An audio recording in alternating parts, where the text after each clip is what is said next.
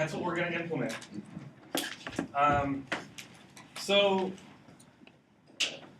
I'm going to be the consumer in this case and the lead developer, but we'll work together. What does this tell you? What questions should you be asking? What questions do you want to know about implementation before you even start to write any code? What does this mean?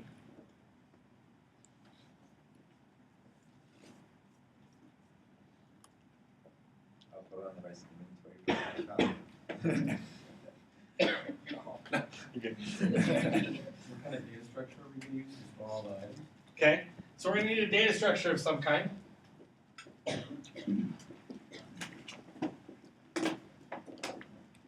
You said a data structure of some kind to store all of the items. Are there items in an inventory program? Maybe the first question we want to ask is what items do we need to know? What kind of things do we need to know? So let's answer that question. What do we need to know about, what is our structure going to hold? Objects. Now, we're going to implement this in C first, or we're going to implement this in C++ without any objects. We're going to implement, so this will be like a C version of the C++ program, which is going to be your introduction. And then we'll learn how to implement C++ objects. Arrays. An array of what? Okay. So this is the kind of stuff that we need to know. So in our data structure, we need to know the name of the pet, name of animal. What else do we need to know? Price. Species. Species. What's my thing? Medicine. Medicine. Oh, so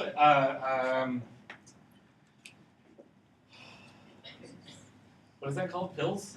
No. What did you say? I just said goods, like other Goods. things they sell in blogs.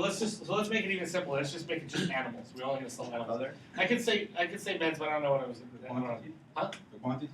Quantity. So this is okay if you're sitting there like, wait, hold on, I don't know about that. It's okay. We're going to talk about this in a second. So quantity isn't a bad answer, but it might conflict with something else we've already written. I'm not going to write meds because we could write other and other things. But let's leave it at this for now. This is a pretty good. This is way more than we really need to start with just to do this demonstration. So let's do just these four to start with. So now that this is our first step, because what we've done here when we did this is if I was the owner, let's suppose I was the owner of the pet shop that I was commissioning you to program this for me. These are the questions you need to ask me. It's like, oh, so what do you want me to store? You're right. I need to know the data structure, but that's a question I need to ask myself. But what I need to ask the owner is, what information do you need me to store? Do you need me to store the name of the animal, the price, the species, and the quantity? And the owner might say, yeah. And you're like, great, that sounds like a great thing. And then you think about it for a second. What's weird about these four things? What's kind of might be hinky? Well, ones will only store numbers, and others will store like strings letters. So we know we can do that, actually. We know how to do that. And so we know we can do both of those things together. But why am I strange? Quantity doesn't belong to like one thing or name of animal. Ah, how many dogs do we have named Toby? Huh. Well, it's possible that we'll have more than one dog named Toby. But are they both going to be the same price? Are they both going to be the same breed? Because maybe we're going to say species is actually going to be breed here as well. Are they both? And so this is that thing where we have name of animal and quantity might be mutually exclusive. And when we're talking with the owner, we now have two separate concepts here. Because one concept is quantity. I have 10 dogs. They cost $4.95 a piece. It's really cheap. $49.95 a piece. It's still pretty cheap. But let's say I have 10 dogs. They cost $49.95 a piece. That makes sense. But I can also have a list of 10 dogs where I have each one of those names. Right? Both of those are acceptable processes. What I'm going to do to make this simpler is I'm actually going to take name of animal off. I'm going to take the name of the animal off. And what we're going to do is we're going to hit we don't care about the name of the animal, we only care about the quantity and the number. So like, I have 10 dogs at $49.95 a piece. I'm not going to differentiate between them. This is not an accurate portrayal of what a pet shop would actually do. The actual pet shop would do the opposite. Where they would say, we have a Toby costs $85.94, Toby is a Doberman, and we don't need a quantity because we got one Toby Doberman that's $89.94. If you happen to have two Toby Dobermans that are $89.94, we'll figure that out later. That's another question. Is there a reason we're doing it this way then? Simpler. I'm just making it easier to start. That's all. And one of the things is we can actually, the other goal is we should be able to see how to transform the code we generate for this, the solution we generate for this, into the solution for the next one. This is just a simpler setup. Okay. What else do we kind of want to know? Do we need to know anything else from the owner? All right, we'll leave that. Yeah, what are you saying? Huh? Color. What do you mean by other? Oh, color. All right, we'll put color in there too instead of the name. Color's not bad. We have 10 black dogs. That makes sense. We have 10 black dogs, 2 white dogs, 3 gray dogs, and 1 golden lab. Makes sense. Sure, we'll do that. Is that me? Sorry about that. Usually put everything on silent.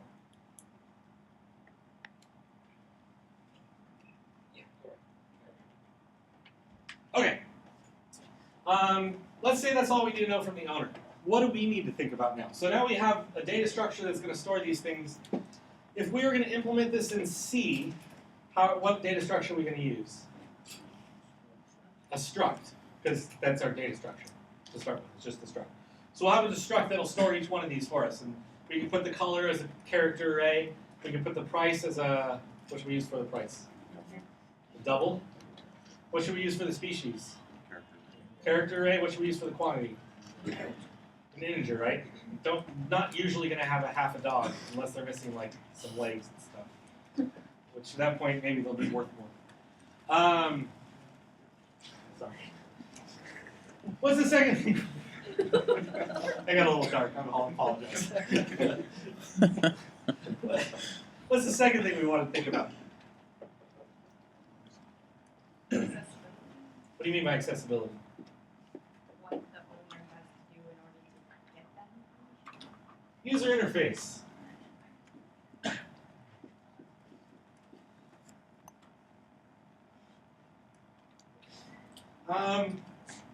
So we need to define a user interface, and as we define the user interface, we're also going to define the user input, the format of the user input, and when we define the format of the user input, we can then use a scanf to get that information out. Let's do a relatively straightforward output where it's going to be, so the output is going to look something like this.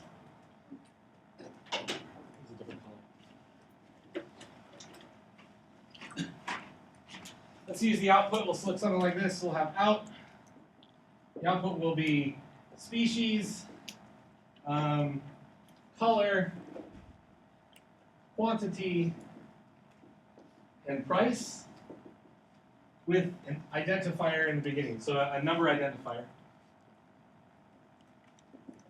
So I'll have an ID. So like for example, and the ID will be a 1 through whatever number it is. If they hit 1, we'll modify the first column, or the first row. If we hit 2, we'll modify the second row. If we hit 3, the third row, and so on and so forth. So the ID will be the modifier row. So this will be which row to modify, which row to modify. And in the bottom, and so this could be, for example, 1, species will be dog, color will be brown, quantity will be 7, price will be $49.95. We have 7 brown dogs, that's a dog. 7 brown dogs. 2 could be a cat, that's white. 3 of them for $37.58. If we have a user input arrow, let's put 2 dashes, 2 arrows for user input arrows. We could have possible inputs would be an identifier, an ID, which will bring up a submenu.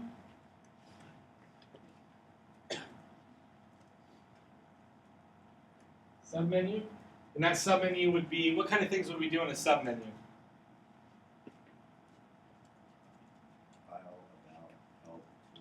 So that would be great for a full-time program. We got to do this in like another 50 minutes here, so let's make it a little bit shorter. What are the 2 things that usually you'll do with some dogs?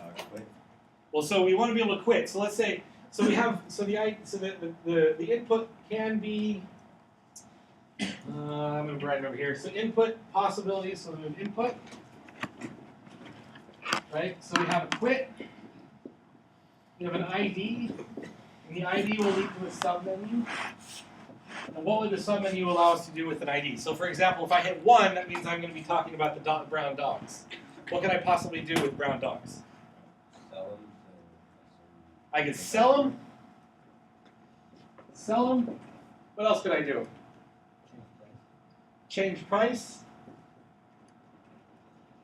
What else could I do? Huh? Change quantity? I could what? Change quantity? Change quantity. Let's sell and add. Let's sell and buy. So we don't necessarily have to worry about. We'll just sell and buy one at a time. Which change quantity would be a general purpose one of those. And then we'll have a change price. So we'll just do those 3 things. There's obviously more things we could do, like modify each one of the columns or something. We'll modify the color, change the species, change the price, change the all those everything that has an option here. We can have bios, we can have all kinds of crap. But let's make it simple here. So we have quit, we have ID, and there's one more thing that we probably want to be able to handle for an input. change color. No, not for the submenu, for the main menu. Sorry? Insert new row? New row. We also want to be able to do the new row. So for example, if I currently only have 2 rows, I only have brown dogs and white cats in my store, maybe I want to have a calico cat and a gray dog. Right, so I want to be able to add new rows. This is the basic functionality that we need to implement. Right? So we've talked about the data structure. We know we're going to use a struct. Now, do I know how many of these things I'm going to have? To start? No, I don't. I don't know the quantity yet. So how should I store these data structures? Am I going to be able to store these data structures in an array of fixed size? No. I have to be able to allocate an array for this data structure. Because I might have to have 2 of them, I might have to have 10 of them, I might have to have 20 of them. When I say that there's going to be a new row, I'm going to have to do something else. What is that other new thing I'm going to have to be able to do? Malloc. I'm going to have to malloc more space. Let's say I have 2 of these here. I add a new row. Now I need 3 spaces. How do I get 3 spaces out of 2? So that's another problem we're going to have to solve. What else? There's one more thing we want to talk about before we even start this. This is just problem solving. And this problem solving is the first step of programming. Because if we don't do this well, we can't implement the solution. Because we don't know what we're doing. We don't know our goal. What's the third thing we want to think about or talk about?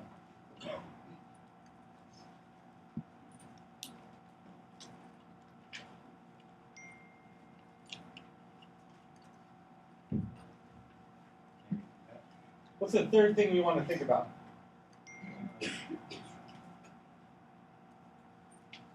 Maintainability. What do you mean? The days go by, months, you want to be able to keep using that Okay. functionality Uh-huh. down the line. Okay. So, for example, you were alluding to adding new rows. Uh-huh.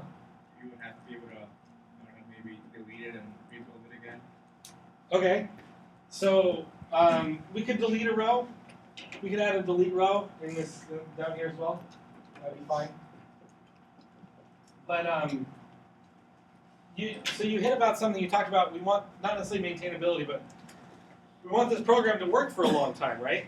I want to be able to use this program tomorrow and on Thursday and on next Wednesday and next year, even perhaps. How am I going to be able to do that? I need to talk about the file format.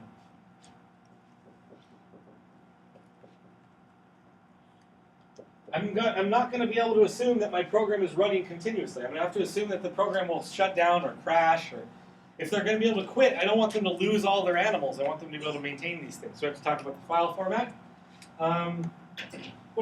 Let's come and make up a good file format. What's a good file format? Text is a good one. CSV. So we could use a comma-separated value text file, CSV file. So, remember last week we talked about the actual order for everything. What should the order for this CSV file? It's not exactly a CSV file. It's going to be a little bit different. We could do straight CSV, but CSVs have specific requirements. They're a little bit more difficult to work with.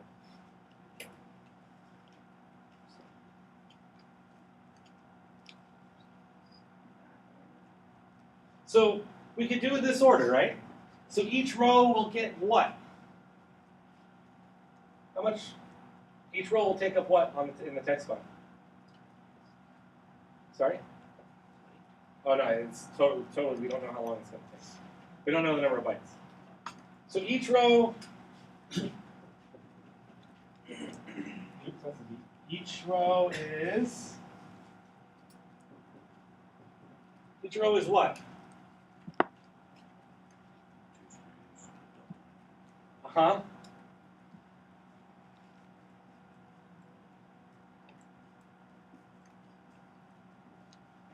Each row is one what? One line. That line will consist of two strings, an integer, and a double. So the one line will have some sort of format like this: a %s, a %s, a %d, and a %f. Like so. We might put a new line in there, we might not, depending on how we want to use it. So read in all those parts. What else should we have inside of this, perhaps? So we don't necessarily need an ID. We can generate an ID. We can infer an ID by which line it's on. The first line is ID1 and so on and so forth. One more thing, to make this really simple, to make this file format real simple to understand. What do we do as the very first thing at the top of the file? How many entries there are. So if we did number of rows, and then each row is one line on the first line,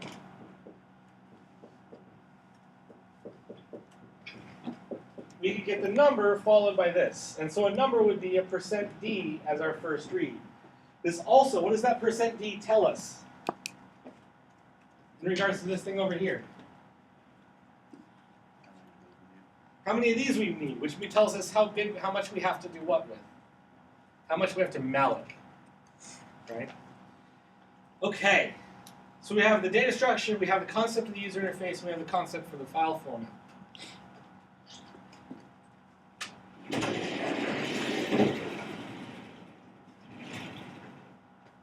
What's the next step down?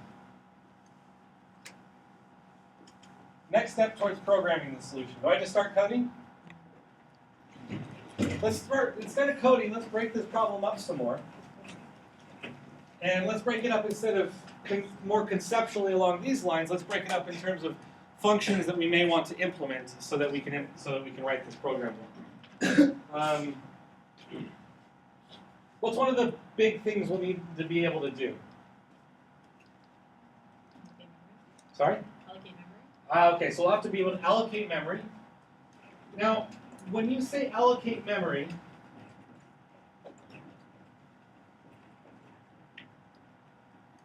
what do you mean? Do you mean more than just allocate memory?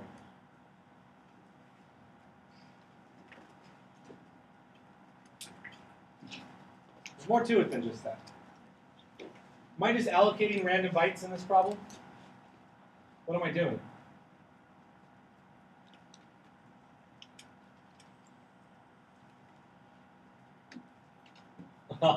Right? What am I doing? Want to be able to access that data later? I do want to be able to access that later. That's true. But that's not.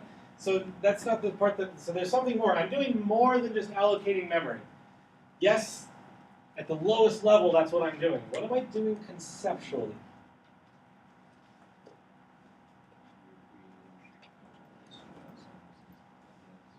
Almost like an object, right? But what is that struct? What is that struct going to represent?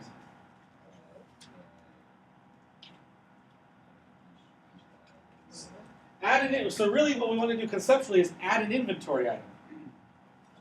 adding an inventory item requires that we allocate memory. But allocating memory is down here on the abstraction layer. Adding an inventory line is up here on the abstraction layer. And so we're going to build this abstraction concept of add inventory item.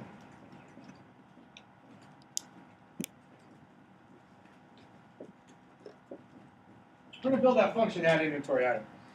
We're going to talk about what that function is going to require. But for now, let's just leave it at that. Other than adding an inventory item, what do I need to be able to do?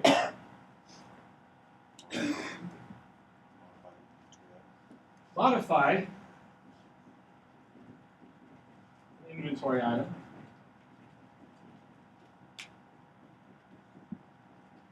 Now this is where I'm going to be more specific. What we're going to do is we're going to simplify this modify inventory item. If we have 4 different kinds of inventory parts, so if we have color, species,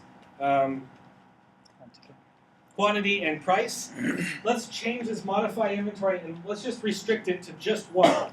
What we're going to do is we are going to modify price. If I wanted to do a generic modify inventory item, I'd have to have a function that took, because I have 3 different types of data. I have a character array, I have a float, and I have an integer. I have to be able to write a function that would take all 3 of those types. So I could either write modify inventory item 3 different ways, or I could write just one specific one, which would be modify price. The same way I write modify price, I could also write modify color, I could also write modify species, I could also write modify quantity. Now, either one of these ways is possible. I could either write modify inventory item 3 different ways, 4 different ways really, with the same function name. How would I be able to write modify inventory item with 4 different ways with the same function name? Because it would be function overloading. We take different parameters. So if we had modify inventory item, I could write modify inventory item, which takes an item to modify. We'll talk about how we're going to specify that in a second.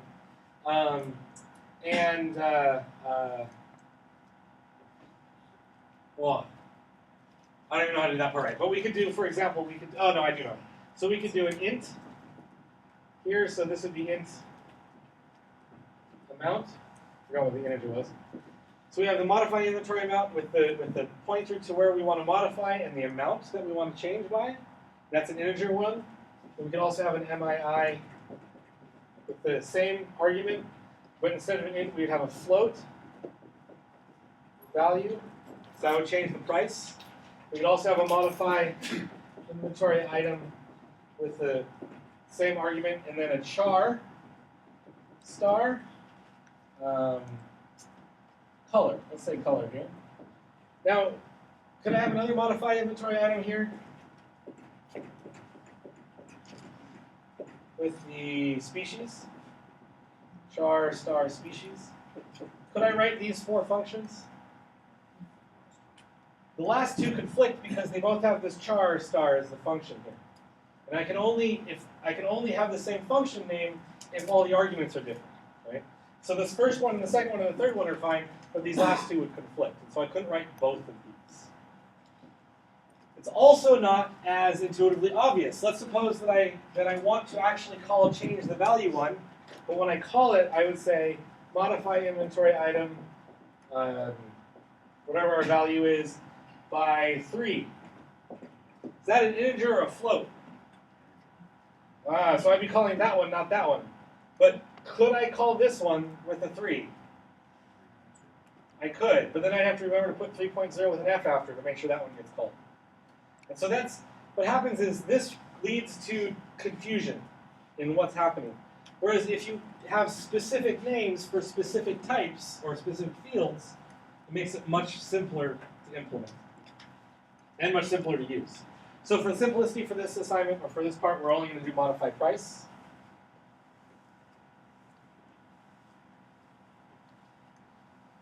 What else do we want to be able to do?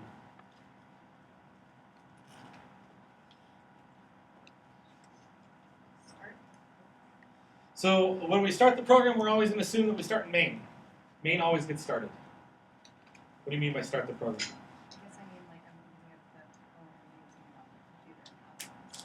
They're going to start it from the command line, like we do other C programs.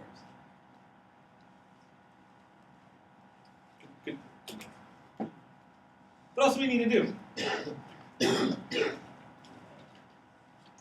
High-level concepts. What else do we need to be able to do?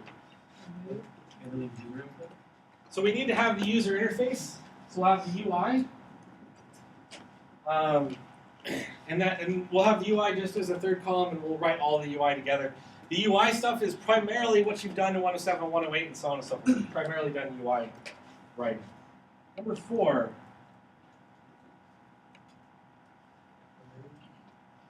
Let's leave remove off because we'll think it's similar to add. We'll just leave remove off for now.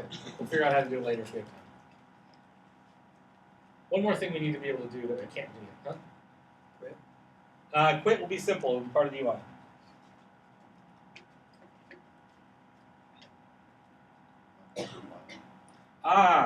Read and write files.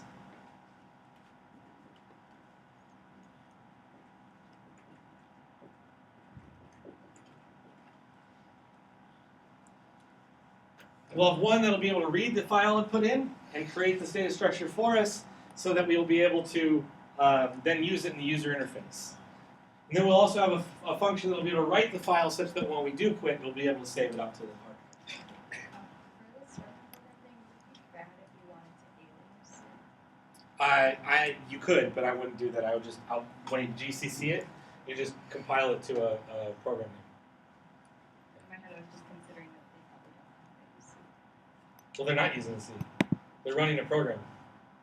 It's kind of like, Right. so Because of A dot out, we're just going to name it something. we're just going to name it something else other than A.out. So for example, grep is just a C program that we call. And so we're just going to be writing a C program that somebody else calls. Okay. Neat.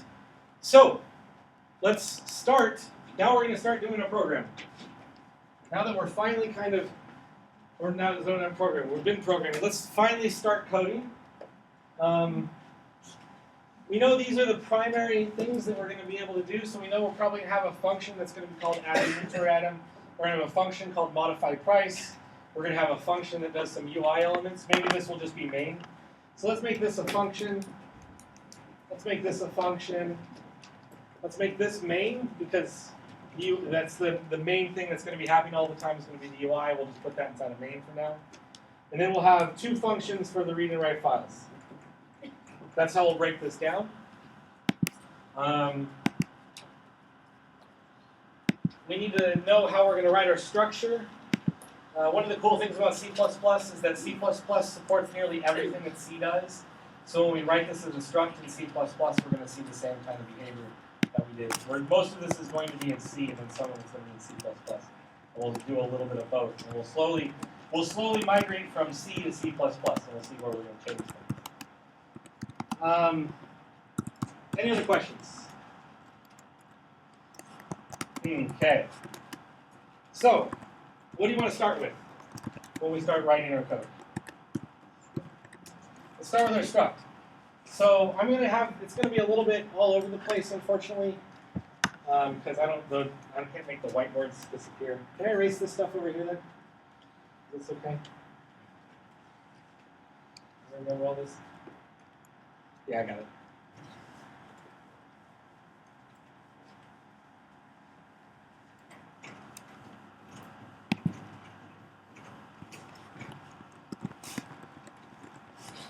Okay.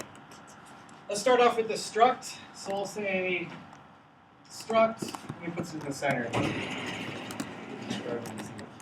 Struct. What do I want to call this? So add inventory is going to be a function, right? Is the thing that we're making an add inventory. No, so it would be a row. So we could call this a struct row. That would be a much better name. We could call this a struct item, or a struct element, or a struct something along those lines. The struct row is a pretty good one. What's going to be inside of each one of our rows? Yeah, so we'll have 2 strings. So let's do the first string. Char. Now, do I know how big this string is going to be? No. But can I guess how long a species is going to be? How much space a species is going to take? Yeah. Do I ever think a species is going to be more than 256 characters? Probably not, so I can probably just use the species as 256.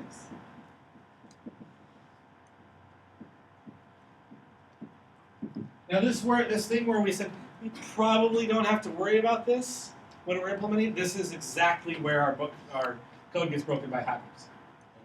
Our program is now vulnerable to a plethora of attacks, and our program is now, if a hacker can access to it, our database is essentially screwed and fucked. But as soon as we did that, as soon as we made that decision, this is the reason why it's dangerous to make these kind of decisions.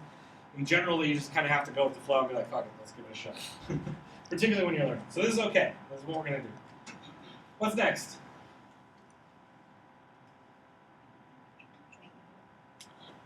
Okay. Char float, is that what you said? Color? Oh, color. Char float. Maybe I was thinking float. Char color. Again, we're going to make the same assumption that 256 bytes is going to be okay. Again, that breaks our code from a security standpoint.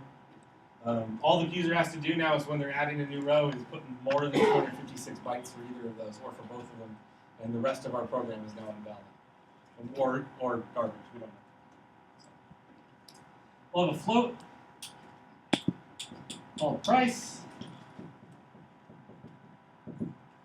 And an integer, we'll call this quant.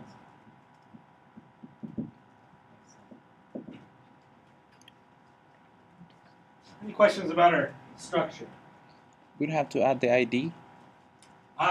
So that ID part is going to be part of the user interface. And we're going to know which one of these rows is which ID based upon which row it is in the array. So for example, element 1, or ID 1 is going to be index what in our array? 0. 0. Index 10 is going to be, element 10 is going to be index 9, kind of deal. Then we're just going to know that based upon that, and that's how we're going to index those things. If we didn't, then we would have to put an ID inside of it. Okay. What's next?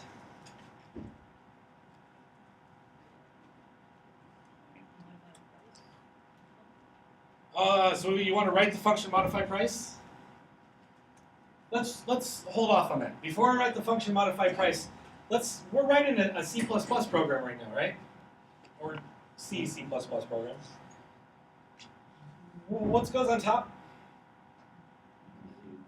Well, not main. Main doesn't go on. Main will go after this thing. But our includes, right?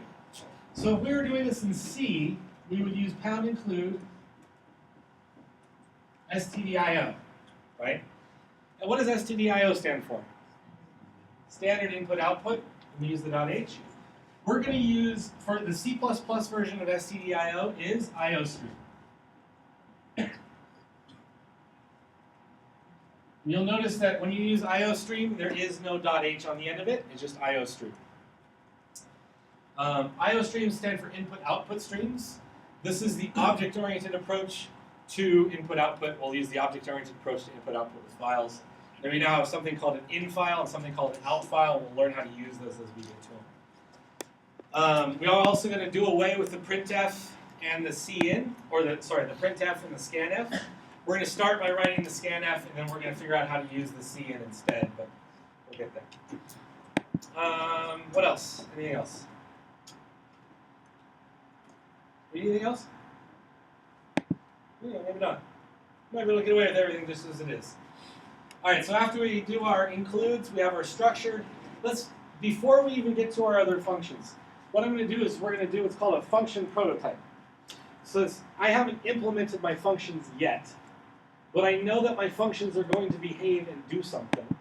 So I can define what the functions are going to be like before I use them, and before I implement them. And then I'll be able to use them without implementing them as I'm coding. I will have to implement them before my program works, but I don't have to as I'm coding. So the first function that we had, what was the first function again? Oh, add inventory item, right? So this is going to be a function. It's going to be add inventory item.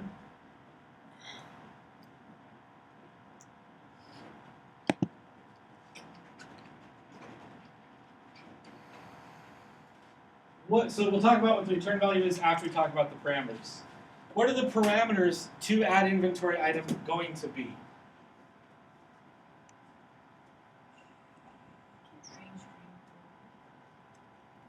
So we're gonna have, I'm gonna leave the first, so this is all supposed to be on one line on the space.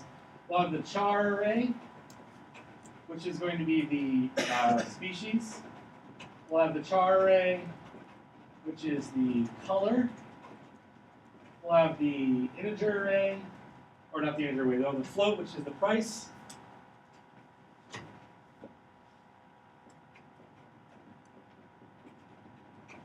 And the integer, which is the quantity.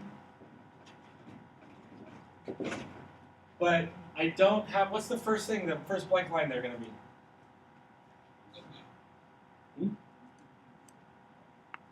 What, so somebody have an answer? No.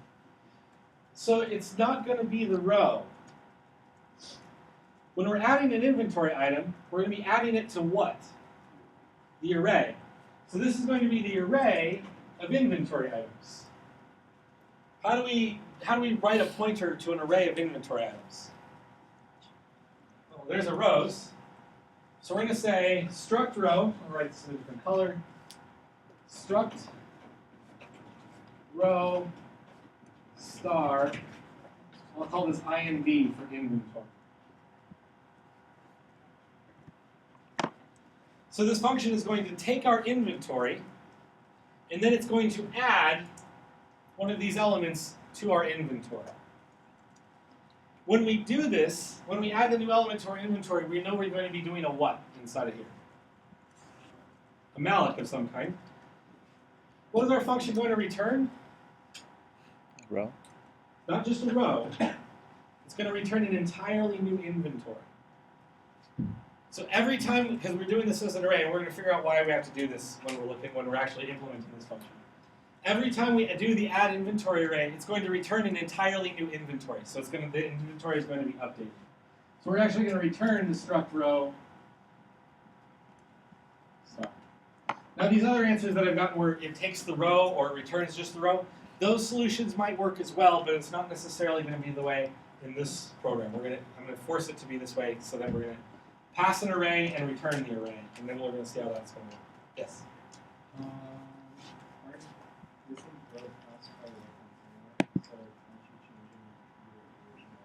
So you have to remember that struct row inventory is not a single row. Struct row star is an array of rows.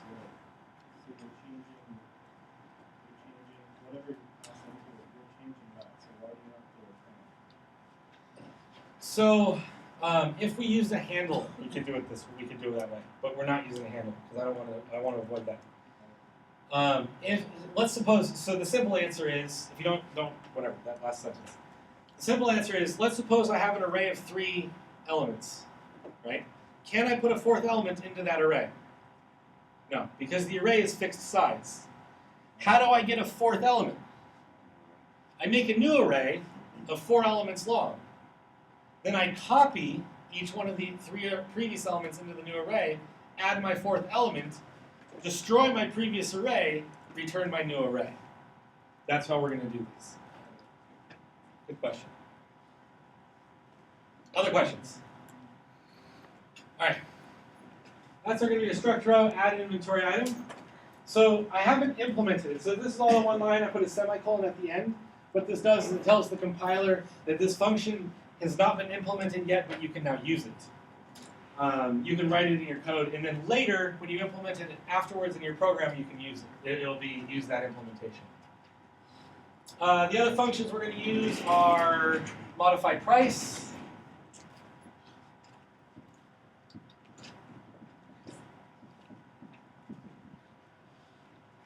modify price. What are we going to take for modify price? What's the argument going to be? A row and a price. I'm going to call the struct row star R for the row that we're going to be doing, comma float price.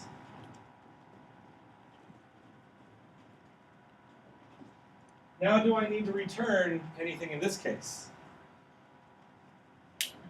No, because this modify price is going to be modifying that array, and then that's going to be leaving that in memory. So this is going to return nothing.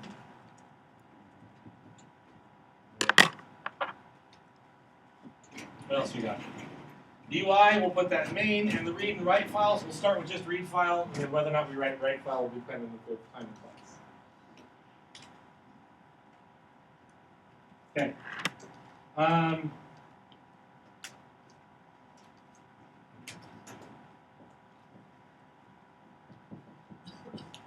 Read file. What are we going to take as read files arguments? And what are we going to return? So let's not pass a file pointer because file pointers are a little bit strange. What do we really want to pass? File what? File name. Just the file name. And then we let read file open the file pointer for itself. So this will be just char star file name. And what's it going to return here?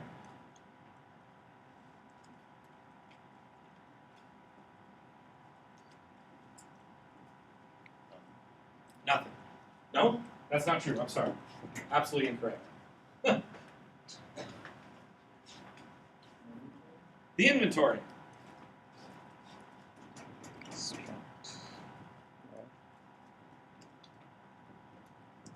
Which is the struct row star.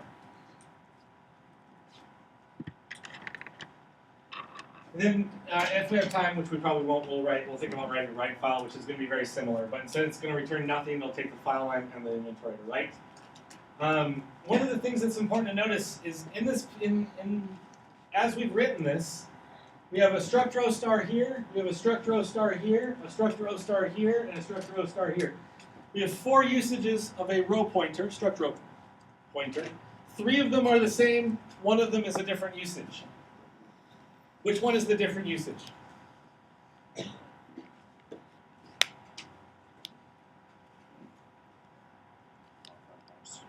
Modified price. Why do you say that?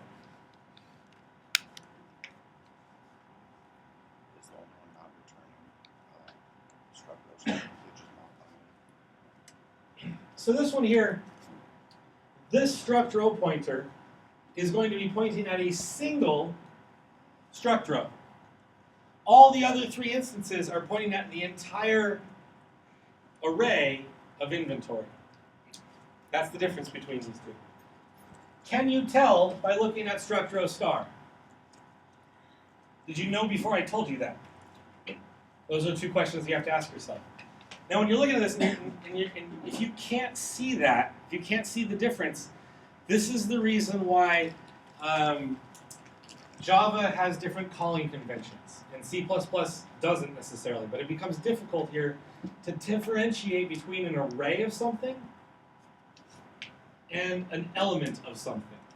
Because this is a single element, that's an array. Other than the variable name, they're identical. Who's responsible for remembering? We are. The compiler's not going to help you. All right, so this is part of the reason why you want to be able to do this stuff. Let's go and write our main function.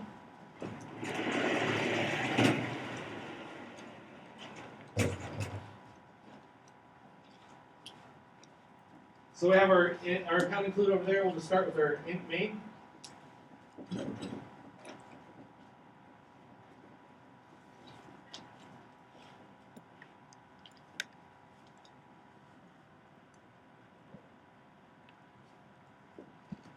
What would be a simple assumption to make here about the file name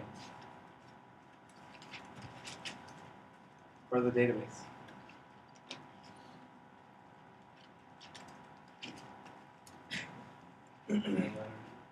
Sorry? Let's make it the first command line argument. So if we make the first command line argument, argv of 1, the file name, we don't have to worry about where the file name comes from inside of our program. We don't have to scanf for that file name. We just have to use it. So we'll assume that argv is the first file name. So I'm going to write a line of code. We're going to write this. We're going to go struct row start, that's int, inventory equals read file argv of 1.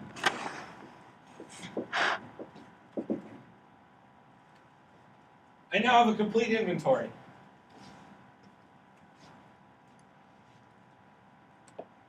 I don't have to, I'm done with reading the file. Do we know how read file works? Now, have I implemented read file? Does it matter how I've implemented read file for this program so far? None of those things matter. So when I'm implementing main, I say fuck it. Struct row star inventory equals read file argv of 1 because of the assumption that we just made that we said argv of 1 is going to be the file name. Our program now has the entire inventory in main right now. How this function works doesn't matter. I will have to implement it later, yes, and that might be hard, but this is sufficient. So I've now completely read my inventory. After I've read my inventory, what do I want to do?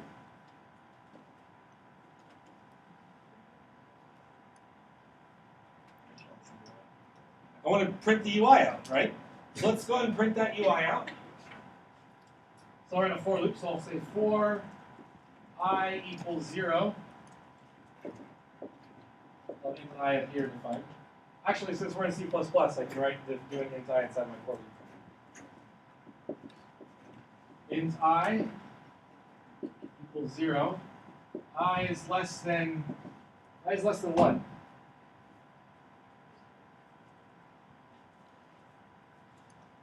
Struck now.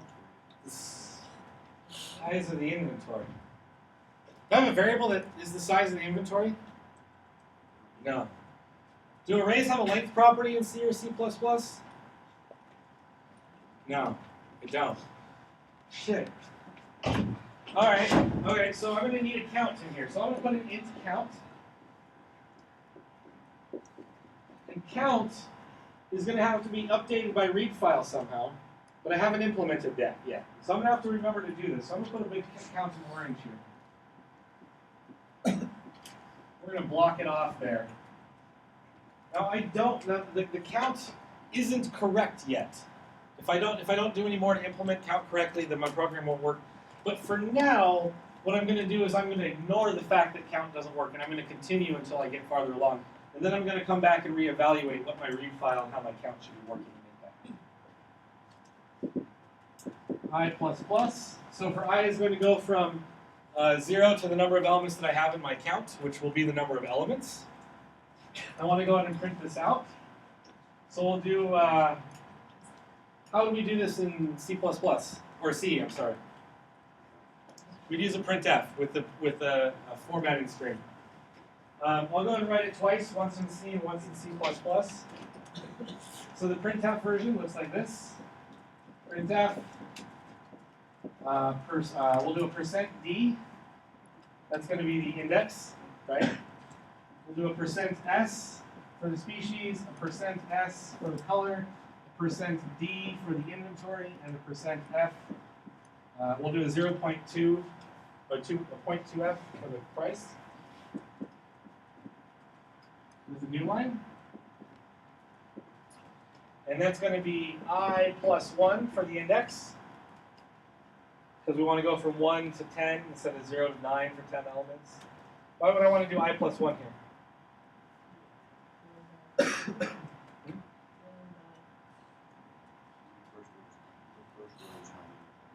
Yeah, so the first row is it's how many items I have. But why do I want to go from 1 to 10 as opposed to 0 through 9 if I have 10 elements? Because human users do 1 through 10, not 0 through 9. And so since this is written for a human user, not a programmer, we want to do 1 through 9, so we do I plus 1 instead of I. Do the S, so this is going to be inventory of I dot species, comma inventory of I dot color, comma inventory of I dot quantity, so on and so forth, with the price and everything, right? Any questions about that printf? I just ran out of time on that. Inventory of I dot each one of these for each one of those elements. Does anyone know the C++ version? Ah, okay, yeah. Keep going. Okay.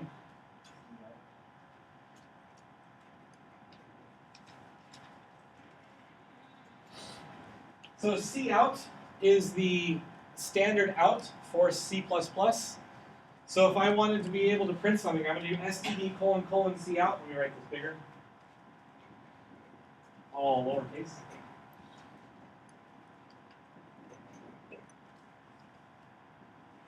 Like so. The operator that cout uses, cout and cin happen to use, is they're going to use the carets, double carets left and double carets right.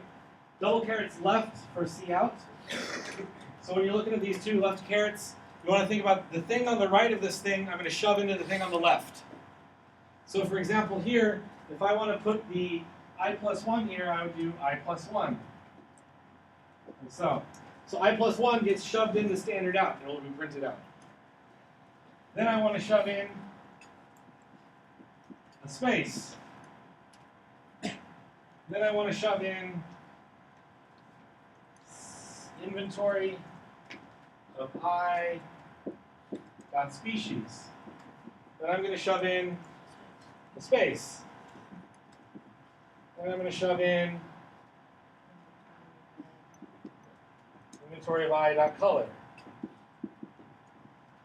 Then I'm going to shove in a space. Then I'm going to shove in inventory of I dot quantity. Then I'm going to shove in a space. Then I'm going to shove in inventory of I dot price. And then the very last thing that I want to shove in, does anyone know what that wants to be?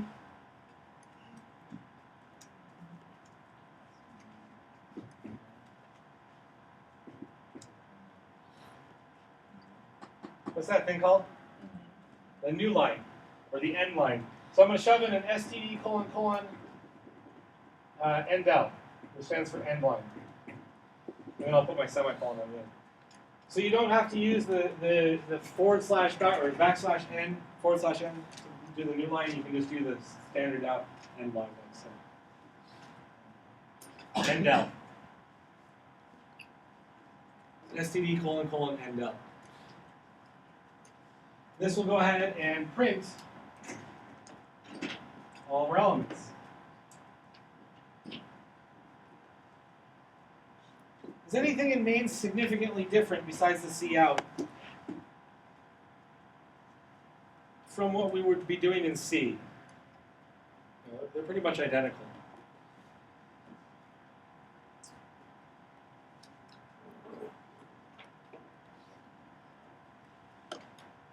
Let's not worry about taking. We can take standard. So as we come down here, we can take some C in, some C. We'll do some C in stuff. So essentially, the next thing I want to do is I want to be able to take in some input, and I want to figure out what I want to do with that input. Whether or not I want to modify an entry, quit, close, so on and so forth. But before we do that, let's going to leave that part away. Let's come back to our count problem and our read file. How do we solve this? What do we need read file to do? It needs to read the file in.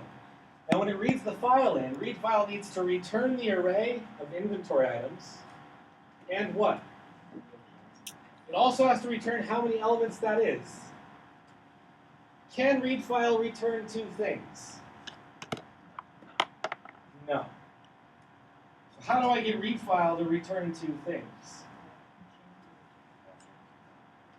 So what were you going to say?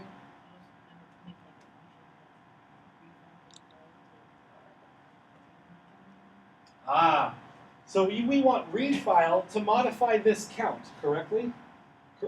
Correctly. We want read file to modify this count variable for us, correct? That's what we want to be able to do. How do we do that? The answer is, so what we do is we extend this read file function to also include this count. But what we're going to include is we're going to include the address of count.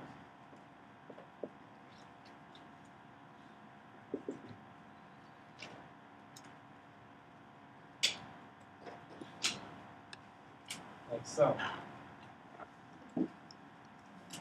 What's read file going to do with this address?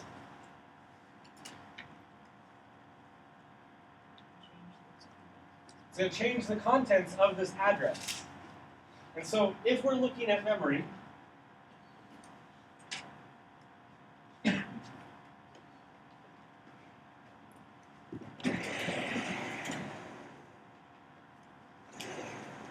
if we're looking at memory,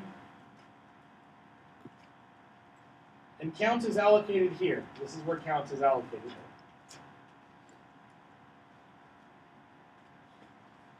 Because I don't have access to the variable name count, why don't I have access to the variable name count in read file? Starts with an S. Because of scope, it's out of scope. This count is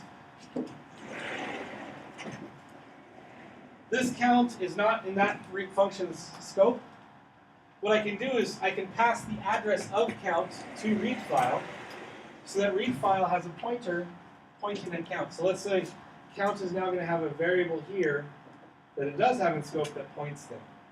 And so count will modify this thing here. So let's say it'll set it to 2, like we do in our test file, with the value 2 there. Then when read file finishes, this variable will go away, and count will have the correct value. That's what we're using the pointer for. Yes? How would we change the prototype? Ah.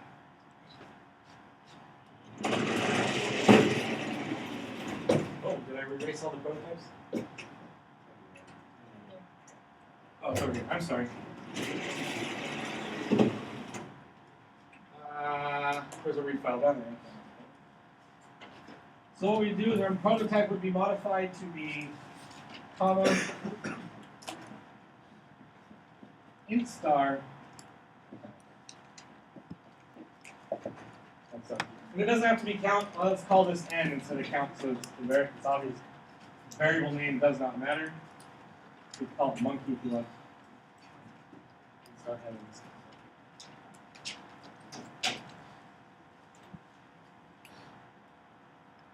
So this is the process of programming. This is the process of programming C++. This is the process of programming C, Java. They're all the same.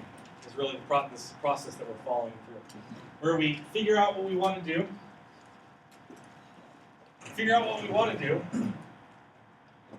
We figure out the functions we need to implement. We start to figure out how we're going to implement certain aspects of it. We figure out what functions we're going to write. We're going to figure out the arguments that are going to be passed, what we think the arguments are going to be passed, and the return values. And then we come back and modify our assumptions based upon what our practical aspect is as we go through. Any other questions so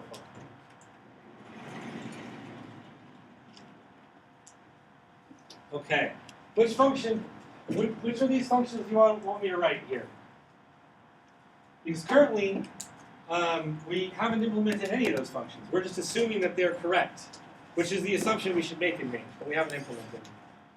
Which one do you want me to implement, and I'll implement it for you? Read file? All right. So in the struct out, we'll do some black. Struct row return. That's the value we're going to return of the read file,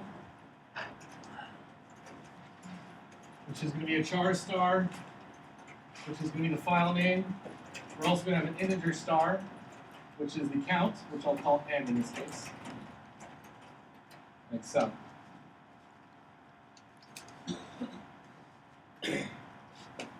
What's the first thing I'm going to do? I need to be able to read the file, so I'm going to open the file. In C, what would I use? fopen. I'd use file pointers and fopen. In C++, I'm going to use an in-file stream, which is an if stream. So I'm going to use an if stream. And I'll call this my what should I call this variable? Let's call it the file.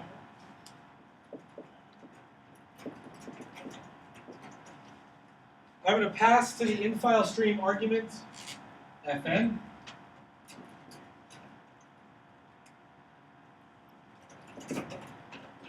So.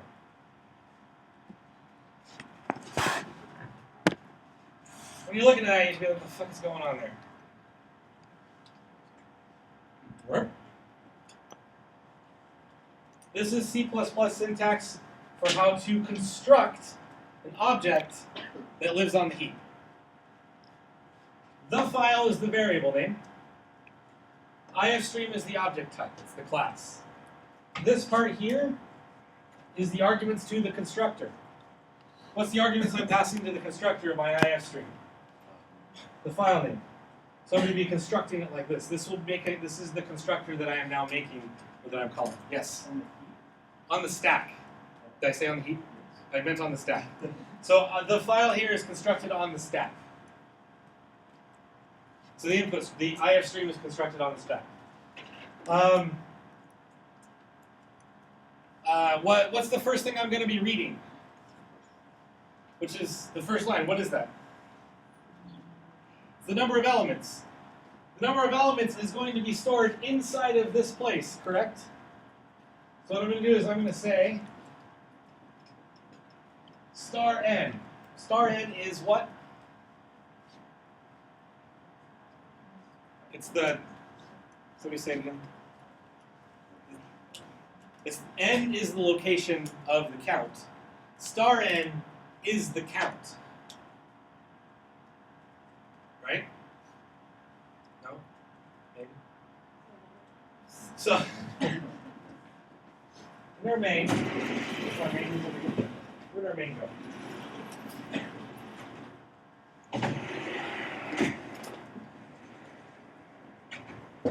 I have int count defined here. I am passing the address of count as the second argument.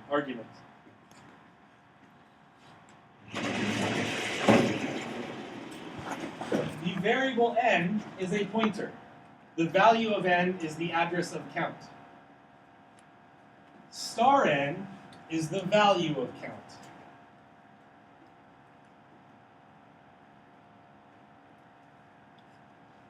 Who's no? Who's yes? No. Yes. There's a lot of no's, and only four people answered yes to that. Okay. So let me draw my little box over here. This is our memory. When main is constructed, count shows up here. This is count. Do I know its value? Not yet. When I call read file, n is an argument. N is right there. What is the value of n? The address of count. So if count's address is 3204, the value of n is 3204. Is the value of count 3204? No, the address of count is 3204. The value of n is 3204. When I do the star n like this in use with the parentheses, that means follow that address to the value you point at. What is the value of 3204? The value of count. So when I say star n, I'm saying the value of count. Yes or no? Yes? No? All right, come talk to me about it later in office hours. It's like, all right, no. Might be pronouns. So honestly, sometimes ESL students with pronouns, particularly when we say in, of, at, on, those things like that, because some languages don't do the same pronouns as we do in English, this shit doesn't make any sense to them. They're like, what are you talking about? In. different language usage. So the address here goes to there. This is the value that we're changing. So when I say star n, if I said star n equals 3, this value changes to 3. Is what that means. I don't want to change count to 3. What I want to do is I want to change count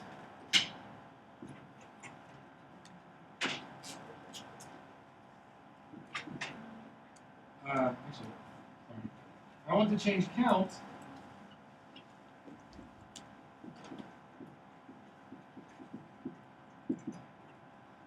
to the first thing inside of the file.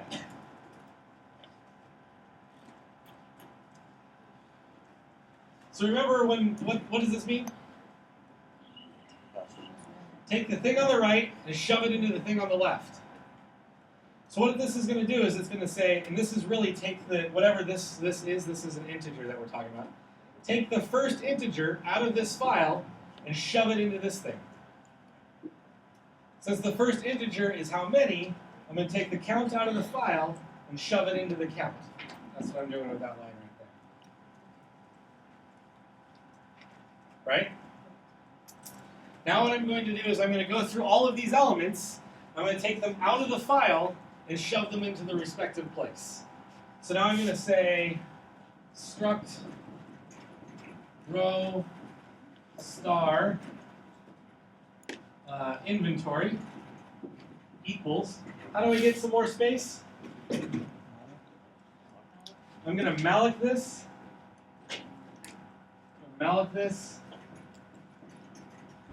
How much space am I going to malloc? Size of struct row. So we have to do the size of the struct row times how many? Times the count, right? The address of count or the count? Count. The count times star n. And I know this is one of those things where the reason why I'm putting parentheses, you don't have to put parentheses around these. You just do size of struct row star n, and it would figure that out correctly. It's weird, but I put parentheses around star n so that we explicitly know that's going the value of count times the size of the struct row. And then I have to make sure that I typecast this to the struct row. Now there's an entirely new way to do this in C++. We're not going to do that today because we're out of time. We'll do it on Thursday, I think. And this is the idea behind the malloc. Then we write a for loop. Int I equals 0. I is less than the value of count, right? I plus plus. Then we're going to take things out of the file and shove them into the appropriate parts in the inventory. So we're going to say inventory of I dot species. Shove the appropriate part of the file out of it.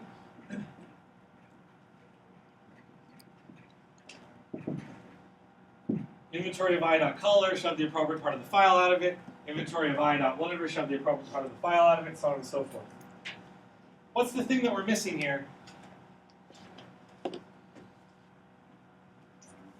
If we're doing it this way, unfortunately. So this will only, what ends up happening here is because we said we're going to use a comma-separated value file, commas don't trip the break of spaces, or the break of a string. And so when I try to do this shove like this will shove the entire row into species. Because it's not going to delimit, it's not going to do a comma delimited entry. And so what I have to do here is I have to go, how do I do comma delimited entry?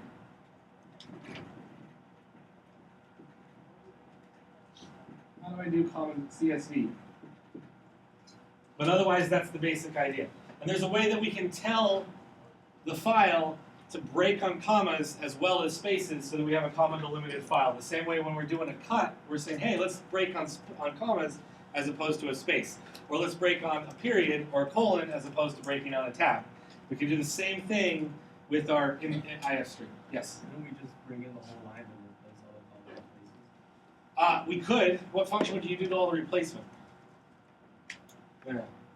So that's one of those things is we could bring in the entire line and then do the breakup in C, but do you know of a C function that does breakup or cut well for us? The answer is no. Really, the answer we want is we want to have the IF string do the cut for us. And so we have to figure out how do we do this CSV cuts. How do we do the delimiters different? That's really what we want to do. Other questions? All right, so we're out of time today. We're going to continue this on Thursday to finish this program up, and we should be able to see it all running. But generally, this is the basic idea. Inside the malloc, when you do size of struct row, is missing a star over there? So no, because Because we're not looking at the structural pointers, we're looking at struct rows.